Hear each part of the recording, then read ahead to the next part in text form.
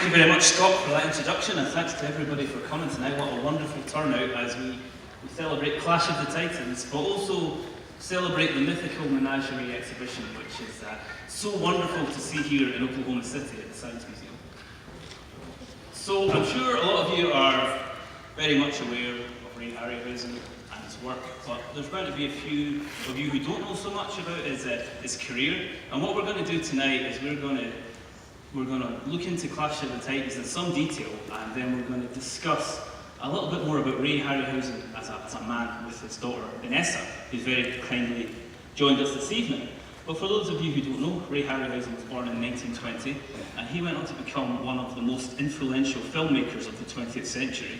He made around 15 films across the course of his lifetime, and he has been heralded as the inspiration for so many of the blockbusters that we see here today in 2017. So tonight we're going to watch Clash of the Titans, but I think it's important to get a little bit of context about where that film came from. Clash of the Titans was Ray's final film, and as such it was quite different from the films that preceded it. So these days, if you go and see any Marvel film, DC, Lord of the Rings, any big budget blockbuster, you'll stay for the end credits. There'll be thousands and thousands of names. Chances are, if you saw a film with great special effects in the 1960s or 1970s, there'd be one name for special effects. Ray Harryhausen was a one-man industry. He did so much on his own. Not only the animation in the film and the special effects, but he was responsible for the design, the drawings, the screenplays. He was on set more or less acting like a director because his vision was so important in the films that were created. You'll very rarely see a special effects technician being credited at the top of a film, but the films really were his. He was such an auteur, and the end result that you see on the screen came from his imagination. So, the influence that Ray had throughout the years, as I said, if you like special effects in movies, if you like Star Wars, if you like Lord of the Rings, if you like all of these fantastic films, chances are that the special effects people grew up on Ray's films and the seed was planted. My clicker stopped working. There we go. So we're just going to look at some of the kind words that people have had to say about Ray. George Lucas said that without Ray Harryhausen there would likely have been no Star Wars, which is a terrifying thought. I'm sure you'd all agree. And if you watch The Force Awakens, the most recent Star Wars film, canon Star Wars film, there was a short stop-motion sequence in that movie that called back to the original Star Wars film, the holographic chessboard scene, which in itself was a tribute to Ray Harryhausen's style of animation, stop-motion, just a callback to those guys in ILM working on special effects for Star Wars had all grown up on films like The Seventh Voyage of Sinbad and just wanted to pay a small tribute. And it's great to see that big budget, I think The Force Awakens was the biggest film of all time. Just a small tribute to Ray's style of animation in there too. Nick Park, who's responsible for the wonderful Wallace and Gromit and all the Aardman films, was a good friend of Ray's, and I know that Ray had a lovely time visiting these guys in their amazing warehouse in England. And again, obviously, his style of animation was hugely influential. But Steven Spielberg, everyone loves Jurassic Park, and Jurassic Park was really the dawn of a new era of special effects. But if you watch it closely, and you watch Ray's dinosaur films, you'll see that actually Ray's style of animation and physicality was a huge influence on what Steven Spielberg did. Peter Jackson is a good friend of ours at the Ray and Diana Harryhausen Foundation. He's also a wonderful filmmaker. The Lord of the Rings trilogy from the early 2000s. Peter Jackson said that they were really his vision of a Ray Harryhausen movie, and that without Ray, he more or less wouldn't have been likely to make the Lord of the Rings films himself.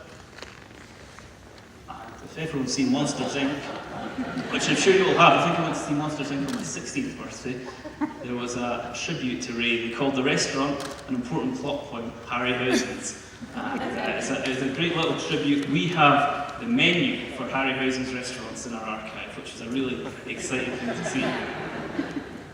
Even Kermit the Frog had something good to say about Ray. These models have to stick together, and Kermit understands just how important it is in his style of animation. So, we're going to look a little at Ray's early influences and what inspired somebody to become this one-man industry. Ray was born in 1920 and hit his teenage years in Depression-era America. He grew up in Los Angeles. And if you can imagine, at the time there wasn't much money around, and people would escape to the cinema for fantasy, to really just let their minds go. And there was a very important film that Ray went to see on his 13th birthday, King Kong. The 1933 Willis O'Brien epic. Ray was taken to see it. He liked gorilla films. There had been some dinosaur films before by Willis O'Brien, but this film changed his life. He entered the cinema and came out a changed man. He told his parents that that's what he wanted to do. Now, at the time, it was very, very difficult to get information on how to create stop-motion animation. In the 1930s, if you were looking for a magazine on how to create your own special effects, it was difficult to find articles in the first place, and more often than not, the articles themselves were wrong. It was journalists just guessing how this might have been created. Now, Ray knew that it wasn't a man in a suit, he knew it wasn't a puppet, it wasn't a real gorilla, but this, by process of elimination, he realised it was stop-motion animation. But he really had to figure this out on his own, and this is Ray in his garage in the mid-1930s, very carefully creating his own dinosaur epic. Now, this is Willis O'Brien. This is the animator behind King Kong. So if Ray is the father of stop-motion animation, then Willis O'Brien is the grandfather. He was Ray's mentor, hugely influential person, and Ray sought this man out for advice when he decided he wanted to be an animator himself. Willis O'Brien gave him some quite harsh criticism. He told him that his Stegosaurus legs looked like sausages. Go back to the drawing board. But Ray was a determined young man. He decided that was the time to join art school, study anatomy, and really work hard at getting his models looking as good as they could be. So Willis O'Brien, I suppose probably his second most famous picture is Mighty Joe Young, and this was Ray Harryhausen's first ever movie. He worked as first technician, which is an incredible thing. It's your first big job, working on a film which actually won an Academy Award that year for Best Special Effects. And this is Ray working on the gorilla, Mighty Joe Young. Because of the way that Willis O'Brien animated, it's estimated that Ray carried out around 90% of animation on that film. So he really was thrown in at the deep end. And the film is still wonderful to this day. It's going to be 70 years old next year, and it's still a film that people love worldwide. But Ray realised that he didn't really want to work as part of a team or as part of a committee. He liked to work on his own. And so he was able to create his first solo picture, The Beast from 20,000 Fathoms in 1953. This was a low-budget picture by the standards of Mighty Joe Young, which is a big film. But it really gave Ray a chance to step out on his own 2 feet. It was based on a story which is by his best friend, Ray Bradbury, who we're going to talk about a little later with Vanessa. Now, I have to admit something from the outset. I'm not an animator. I've never created a film of my own. So rather than trying to explain Ray's creative processes, I think this picture says 1,000 words. You can really see this is a process which Ray invented called dynamation. And it meant that Ray could create low-budget stop-motion special effects which were incredible in their own right, but which also meant he didn't need a huge team. He could do it on his own, he could do it for not much money, and he would work tirelessly.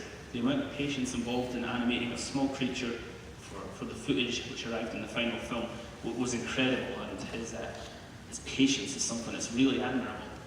So this is the setup. As you can see that he would sandwich in the pre-existing footage with the model, and it really made his creatures come to life. So we're just going to talk a little about the films which preceded Clash of the Titans. This is his, I guess what you would call his 1950s Monster on the Rampage films, the black and white classics from the mid-1950s that came from beneath the sea. Earth versus the Flying Saucers, 20 Million Miles to Earth. They really created a genre of films which we look back on as iconic of the era, and involved a lot of destruction in big cities, and still very entertaining to this day. The Seventh Voyage of Sinbad, coming back to talk about that film in December if any of you guys are available. A landmark, like a real groundbreaking film. It was the first colour stop-motion picture, and it's a film which so many directors, all the directors we spoke about before, George Lucas, Steven Spielberg, John Landis, so many more, just describe watching that film in 1958 and being blown away. Like, seeing these creatures on the big screen, many of which you'll be able to see next door, was just a life-changing moment for a lot of people, and it was really a huge change in Ray's career because he would forever be associated with this kind of mythological and fantastical world, bringing fantasy to life. So these are more of Ray's 1960s pictures, a real wealth of science fiction inspiration, bringing classic literature to life, bringing aliens and dinosaurs and so many other creatures to life. They are such an important part of so many chapters. 1 million years BC, which again is a very famous film, possibly a very famous poster as well, which we've seen a lot of. I can't think why. But this was Ray working for Hammer Pictures, and it was actually Hammer Pictures' most successful film to date, and I think it was to be their highest grossing picture ever, Ray's dinosaur epic, which is celebrated its 50th anniversary next year, and it still looks wonderful.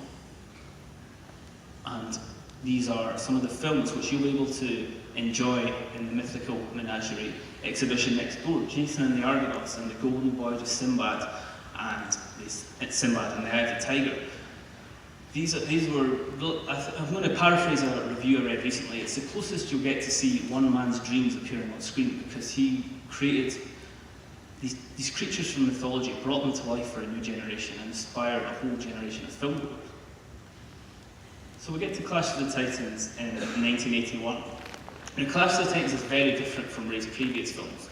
All of Ray's films to date have been very low budget, and it's surprisingly low budget. The Golden Voyage of Sinbad, I think the budget was less than $1 million. It came in on time and under budget, which is very rare. And all of Ray's films had this very tight budget. Ray worked with Charles Schneer, who was his producer, and they had a really great track record of creating films which made a lot of money, didn't cost a lot to make. But things had changed by the late 1970s.